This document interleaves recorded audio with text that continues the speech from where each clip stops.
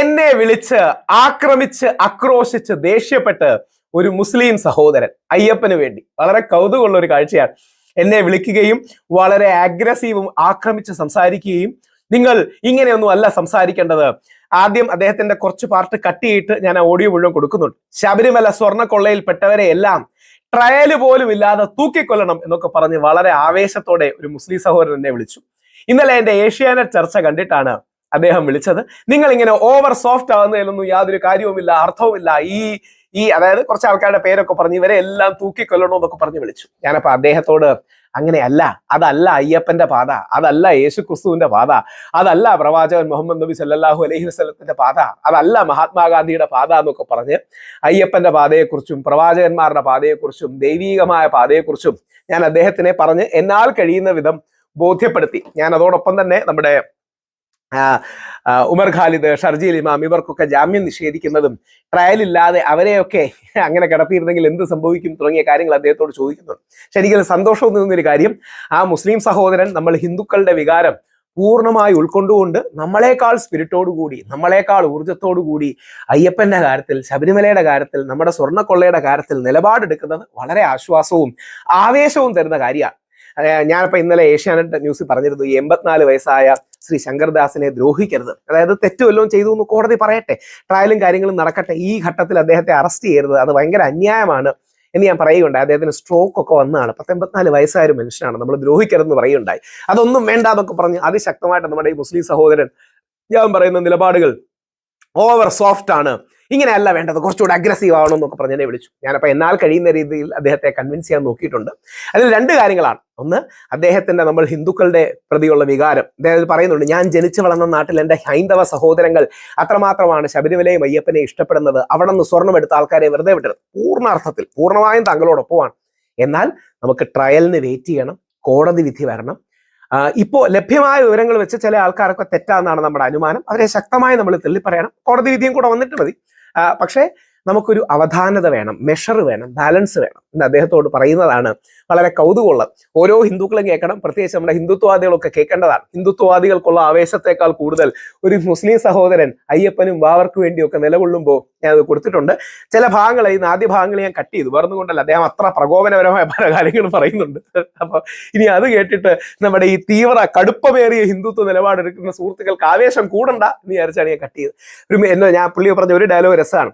രാഹുൽ ഈശ്വർ, നിങ്ങൾ പറഞ്ഞു 84 വയസ്സുള്ള ഈ മനുഷ്യനെ അറസ്റ്റ് ചെയ്യരുത് എന്ന്, 150 വയസ്സുള്ള മനുഷ്യനാണെങ്കിലും അറസ്റ്റ് ചെയ്യണമെന്നൊക്കെ നമ്മുടെ ശ്രീജിത്ത് പണിക്കർജി ഇന്നലെ ഏഷ്യൻ ന്യൂസിൽ പറഞ്ഞിരുന്നു. ഒരു സ്റ്റാൻഡാണ്, ഒരു ബഹുമാനിക്കുന്നു പക്ഷെ വിയോജിക്കുന്ന ഒരു സ്റ്റാൻഡാണ്.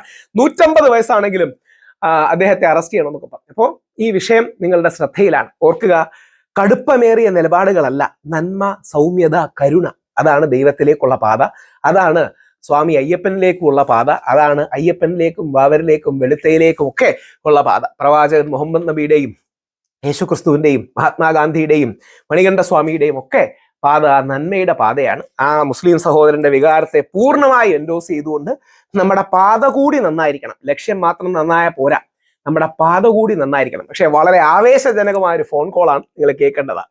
സാറിന് എന്തുകൊണ്ടാണ് ഈ ദേവസ്വം ബോർഡ് വിഷയത്തിൽ ഇത്രയും വികാരം തോന്നുന്നത്? അങ്ങേക്ക് എന്തുകൊണ്ടാണ്? നമ്മുടെ ഒരു അല്ല, ഞാൻ ചോദിച്ചോട്ടെ, നമുക്കൊരു മുസ്ലിം സഹോദരനായിട്ട് എന്തുകൊണ്ടാണ് അങ്ങേക്ക് ഈ ശബരിമല വിഷയത്തിൽ ഇത്രയും വികാരം തോന്നുന്നത്?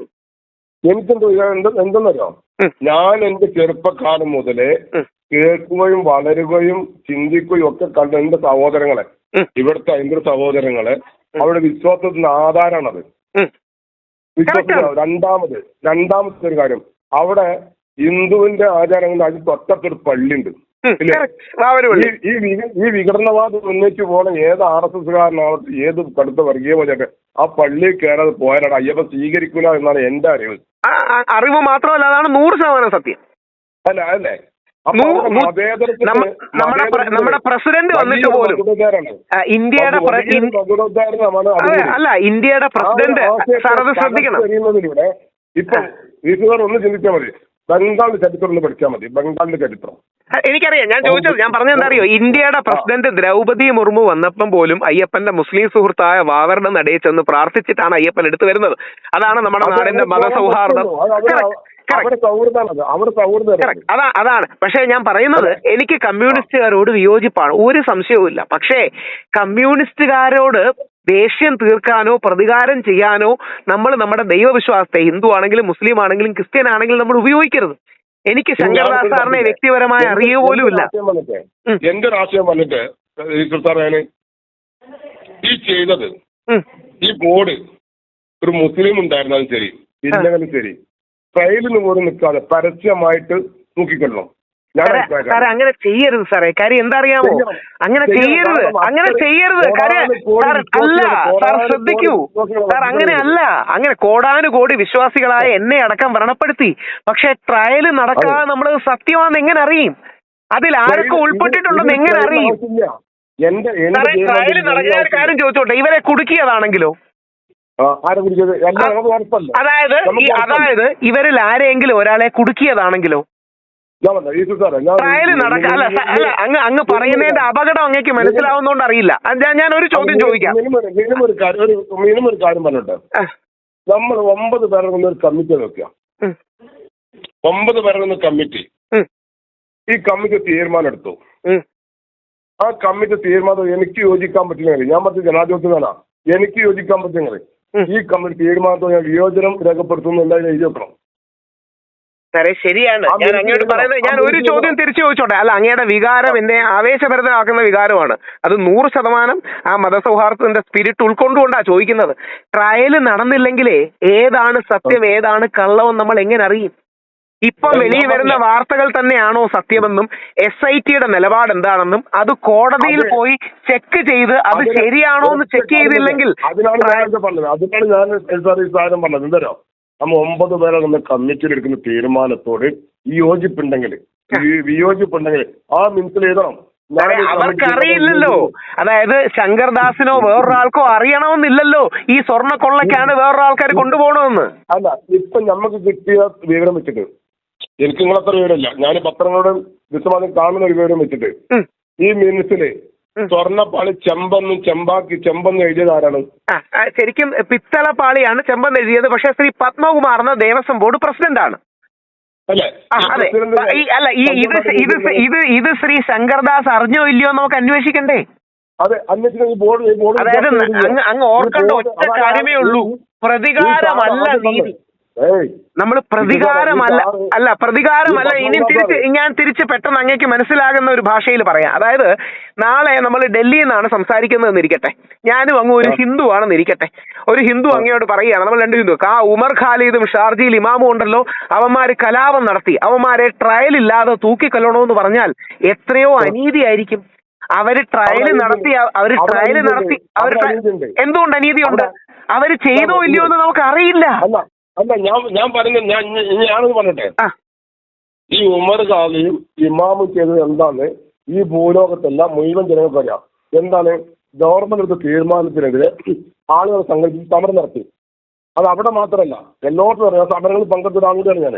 ശരി, ഞാൻ അങ്ങോട്ട് യോജിക്കുന്ന വ്യക്തിയോട് വേറൊരു പെട്ടെന്ന് മനസ്സിലാക്കാൻ ഒരു ചോദ്യം ചോദിക്കാം. നമ്മുടെ അതിജീവിതയെ ഒരു ശ്രീ ദിലീപ് ഗൂഢാലോചന നടത്തി എന്ന് പറഞ്ഞ് വ്യാപകമായ ഒരു പ്രചാരണം ഉണ്ടായിരുന്നു. ശ്രീ ദിലീപ് 85 ദിവസം ജയിലിൽ കിടന്നതാണ്. ശ്രീ ദിലീപിനെ വിചാരണ കൂടാതെ ശിക്ഷിച്ചിരുന്നെങ്കിലോ? ഇപ്പം വിചാരണ നടത്തി ദിലീപ് നിരപരാധിയാണെന്നും നിഷ്കളങ്കനാണെന്നും കള്ളത്തരത്തിലൂടെയാണ് ഈ കേസിലേക്ക് കൊണ്ടുവന്നതെന്നും കോടതിയിൽ തെളിഞ്ഞില്ലേ? ശ്രീ ദിലീപിനെ വിചാരണ കൂടാതെ അന്ന് ശിക്ഷിച്ചിരുന്നെങ്കിലോ?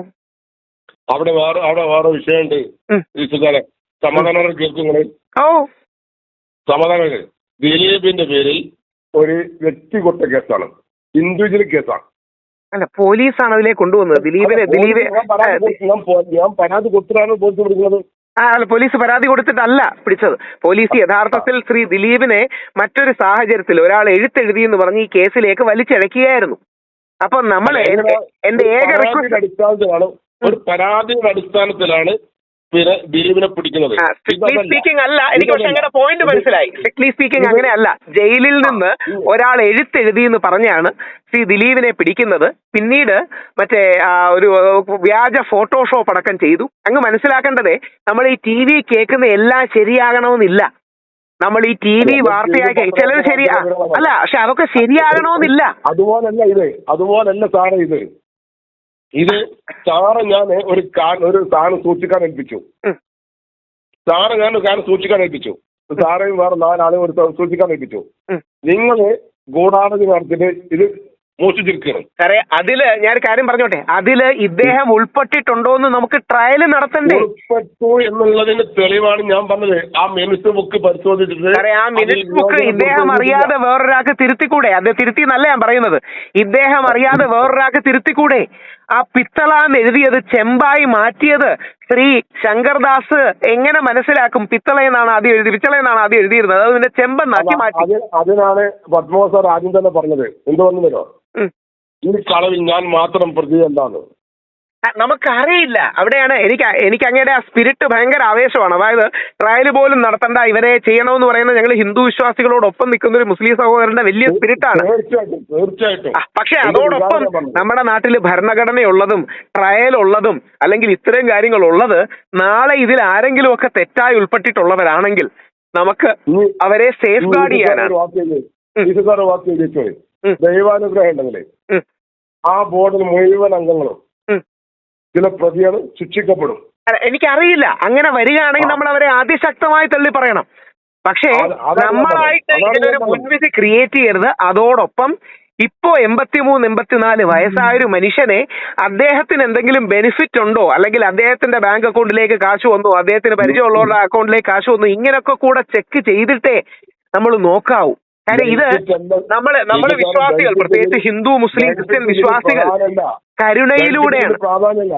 ഞാൻ പറയട്ടെ, ഞാൻ ഈശ്വർ നമ്മൾ കണ്ടിരിക്കുന്ന കാലം വരെ എന്തോ കേട്ടില്ല. ഞാൻ ഈശ്വർ ഇതുവരെ കണ്ടിട്ടില്ലല്ലോ. ഈശ്വർ ഇന്നും കണ്ടിട്ടില്ല. കണ്ടിട്ടുണ്ടോ? ഇല്ല, പറയണം. അതുകൊണ്ട് ഇല്ലല്ലോ. ഞാനൊരു കള്ളത്തരം ചെയ്തിട്ട് ഈശ്വർ സാറിന്റെ അക്കൗണ്ടിൽ കാശ് ഫോർവേഡ് ചെയ്ത് നോക്കുക, ഫോർവേഡ് ചെയ്താൽ എന്റെ നിയമപരമായിട്ട് എന്റെ ബന്ധുക്കളോ അതിലോ എന്റെ ഞാനുമായിട്ട് ബന്ധപ്പെട്ട ആരും കാശില്ല, ബെനിഫിറ്റില്ല. ഞാൻ കള്ളത്തരം ചെയ്തിട്ടുണ്ട്.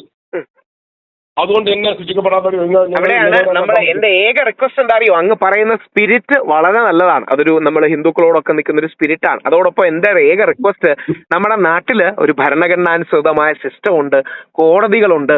അവിടെ ആരോപണം വരും, ശരിയാണോ എന്നറിയണം, അവർക്ക് തിരിച്ചു പറയാനുള്ള മറുവാദങ്ങൾ കേൾക്കണം, ട്രയല് പോണം, എന്നിട്ടാണ് ശിക്ഷിക്കേണ്ടത്. പക്ഷെ ഞാൻ ഈ സാധനം അങ്ങ് പറയുന്ന കാര്യങ്ങൾ ഞാൻ ഡോക്യുമെന്റ് ചെയ്യുന്നുണ്ട്. അതിന്റെ റീസൺ എന്താ അറിയാമോ? അങ്ങ് പറയുന്നത് ഒരു ഹിന്ദു വിശ്വാസിയായ എനിക്ക് വളരെ ആശ്വാസം തരുന്നതും നമ്മുടെ മുസ്ലിം സഹോദരങ്ങൾ ഞങ്ങളോടൊപ്പം നിൽക്കുന്നു എന്നുള്ളത്, അല്ലെങ്കിൽ ക്രിസ്ത്യൻ സഹോദരങ്ങൾ നിൽക്കുന്നു എന്നുള്ള ഒരു പോസിറ്റീവാണ്. ഞാൻ അതുകൊണ്ട് അങ്ങയുടെ ആ സ്പിരിറ്റിന് നന്ദി പറയണു. പക്ഷേ നമ്മളൊരു കോൺസ്റ്റിറ്റ്യൂഷൻ, ഭരണഘടന, ട്രയല്, കോടതി, നീതി, മറുഭാഗം കേൾക്കുക. വലിയൊരു ഫാൾട്ട് പറഞ്ഞിട്ട് കോടതി മുറിയിൽ വെച്ചിട്ട് ഒരുത്തനെ വെടിച്ചു കൊന്നു, തന്റെ എതിരാളി വെടിച്ചു കൊന്നു.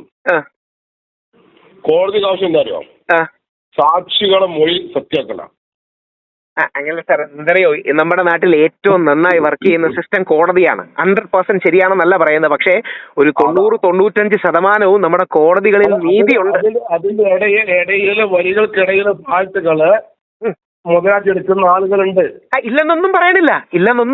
പക്ഷേ പിന്നെയും നീതി ഉള്ളത് നമ്മുടെ രാഷ്ട്രീയക്കാരെക്കാട്ടി നമുക്ക് വിശ്വസിക്കാൻ പറ്റുന്ന കോടതിയാണ്. ഒരു ഇസ്ലാമത വിശ്വാസം എന്നതിൽ ദൈവത്തെ ആരാധിക്കുകയും ബഹുമാനിക്കുകയും ഒക്കെ ചെയ്യുന്ന വ്യക്തി എന്ന നിലയിൽ ഞാൻ പറയുന്നു, ഈ കേസിലെ മുഴുവൻ പ്രതികളെയും പരസ്യമായിട്ട് തൂക്കിക്കൊല്ലണം. ഞാനത് എന്തായാലും ഡോക്യുമെന്റ് ചെയ്തു. അങ്ങയുടെ ആ സ്പിരിറ്റ് ഞാൻ അങ്ങയുടെ സേവ് ചെയ്തേക്കാം. അപ്പൊ എന്തായാലും നമുക്ക് സംസാരിക്കാം. എന്തായാലും ആ സ്പിരിറ്റിനോട് അല്ലെങ്കിൽ ആ വികാരത്തോട് പൂർണ്ണ യോജിപ്പാണ്. പക്ഷേ ഭരണഘടന, കോൺസ്റ്റിറ്റ്യൂഷൻ, നീതി, കോടതി ഒക്കെ വേണമെന്നുള്ള എൻ്റെ അഭിപ്രായം. എന്തായാലും നമുക്ക് കാണാം. ശരി, ഓക്കെ. Thank you sir.